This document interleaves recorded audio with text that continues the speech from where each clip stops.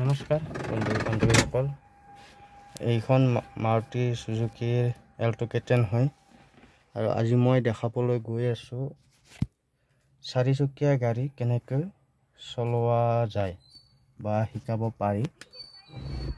গাড়ী কেনেকৈ চলায় সেইটো আপোনালোকে চাব পাৰিব। এয়া চাওক, চাবি ইয়াতে লগাই দিলোঁ। তাৰ পাছতে ইয়াতে তিনিটা পেডেল আছে।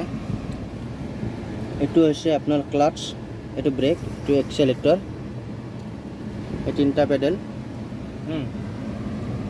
A B C তিনিটা প্ৰকাৰত ভাগ কৰা আছে। আপোনালোকে দেখি পাই আছে। আপোনালোকে প্ৰথমতে গাড়ীখন ষ্টাৰ্ট কৰিব। এই ক্লাছত ভৰি দি ল'লোঁ প্ৰথম ক্লাছ পেডেলত, তাৰপিছত আমি গাড়ী ষ্টাৰ্ট কৰিলোঁ। গাড়ী ষ্টাৰ্ট হৈছে আৰু মই গাড়ী অলৰেডি মোৰ আগলৈ যাব লগা ৰাস্তা নাই, তো মই গাড়ীখন অলপ বেকত লৈ আছোঁ। আপোনালোকে চাওক, আৱাজ ওলাইছে। লাহে লাহে এক্সেলেটৰৰ ফালে অলপ ভৰিখন আগুৱাই দিলোঁ। দেখা পাইছে গাড়ীখন গৈ আছে।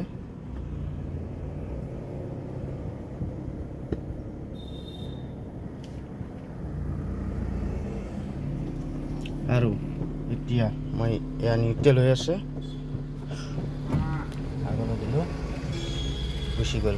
অকণমান বুজাৰ চেষ্টা কৰিলে হৈ গ'ল। ইয়াতে 1 2 3 4 5 আৰু ৰিভাৰ্ছ, এই 5টা গেৰে হয়। এনেকৈ দিলোঁ, প্ৰথম এনেকৈ দিলোঁ 1 নম্বৰ, 2 নম্বৰ, 3 নম্বৰ, 4 নম্বৰ আৰু এয়া 5 নম্বৰ। ঠিক আছে। গাড়ীৰ ষ্টাৰিঙত সদায় হাত এই এংগেলত ধৰিব লাগে, ইয়াতে এখন আৰু ইয়াতে এখন, যাতে গাড়ীখন ঘূৰিওঁতে মানে অসুবিধা নহয়। প্ৰথম অৱস্থা বুলি কথা নাই, এইটো ৰুলে হয়। গাড়ীখন এনেকুৱা মোচনত গাড়ীখন ধৰিব লাগে, মানে ষ্টাৰিংটো। ঠিক আছে গাইছ, বাকীখিনি পিছত দেখাম। আজিলৈ ইমানে, ধন্যবাদ।